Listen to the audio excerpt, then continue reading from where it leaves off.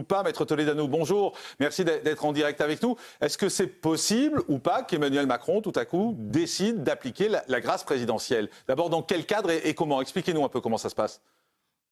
Bonjour Jean-Marc. Alors possible, c'est possible. Est-ce que ça sert à quelque chose pour Nicolas Sarkozy? Honnêtement, ça va servir strictement à rien. Et je vous explique dans un instant. D'abord, on rappelle effectivement que le président peut gracier. C'est la Constitution qui lui donne cette possibilité. C'est l'article 17 qui dit que le président peut effectivement dispenser à une personne qui est condamnée de sa peine, en tout ou partie d'ailleurs, ou bien commuer la peine en une peine moins grave. Alors, il ne peut pas s'autosaisir, le président, il faut que quelqu'un le saisisse. Souvent, c'est le condamné ou son avocat. Ça peut être aussi un élu. On a vu hier un sénateur a demandé effectivement au président Macron de commuer la peine, d'enlever l'exécution provisoire. Alors, est-ce que ça va servir à quelque chose pour Nicolas Sarkozy? Honnêtement, non. Et pour trois raisons. La première raison, c'est qu'en fait, cette grâce, elle n'intervient qu'après une condamnation définitive. Or, vous l'avez rappelé, il sera jugé que dans quelques mois, puisqu'il a fait appel. Donc, sa peine sera éventuellement définitive que dans quelques mois. Et s'il y a une grâce, ça sera dans quelques mois et pas tout de suite. Donc, aujourd'hui, ça ne va pas l'empêcher d'aller en prison.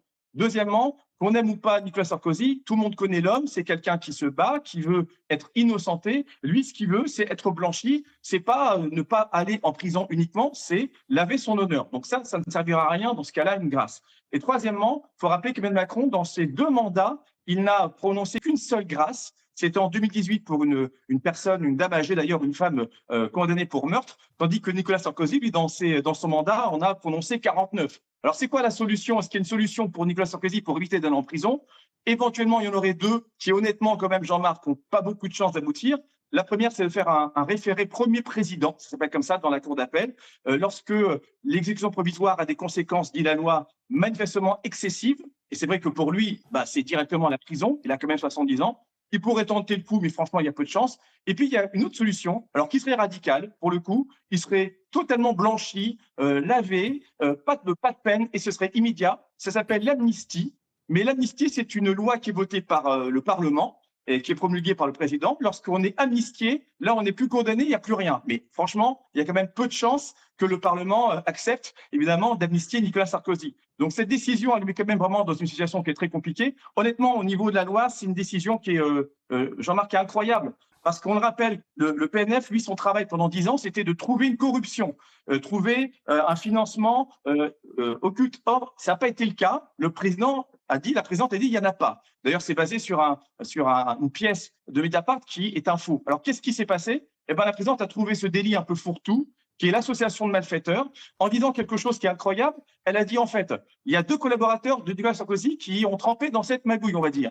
Et le président dit, eh bien, il ne pouvait pas ne pas savoir. On n'apporte pas la preuve qu'il savait. On aurait dû dire, le tribunal aurait dû dire, voilà, nous avons la preuve que Nicolas Sarkozy était au courant de ce que faisaient ses collaborateurs par un échange de textos, par exemple.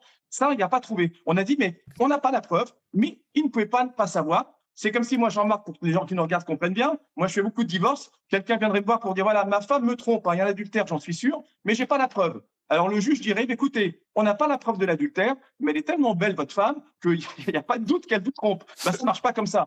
La preuve doit être positive et pas négative, donc là, il y a un problème. Bel exemple très romantique. Maître, petite question très précise. Vous êtes en train de m'expliquer quand même qu'à l'heure qu'il est, il y a 99,99% de chance, enfin de malchance pour lui, j'imagine, bien évidemment, pour que Nicolas Sarkozy aille en prison. Écoutez, sur un plan légal, comme je viens de le rappeler, les 2 possibilités sont quand même extrêmement improbables. Donc oui, je ne vois pas aujourd'hui ce qui pourrait l'empêcher d'aller en prison, sauf s'il dit, voilà, il y a une grâce présidentielle et il renonce à faire appel. S'il renonce à faire appel, la décision est donc définitive aujourd'hui et la grâce pourrait éventuellement lui permettre de ne pas aller en prison. Mais il faudrait qu'il soit sûr qu'il ait la grâce derrière. Parce que s'il renonce à faire appel et qu'il n'a pas la grâce derrière, c'est compliqué. Il pourrait avoir la grâce tout de suite, mais il faudrait qu'elle soit tout de suite parce que l'appel, il a 10 jours pour faire appel. Donc, dans le timing, ça me paraît quand même impossible. C'est impossible. D'accord. Merci beaucoup, Maître. Merci d'avoir été avec nous. Précision de Maître Bovis. Je suis tout à fait aligné avec ce que dit mon confrère, mais il y a aussi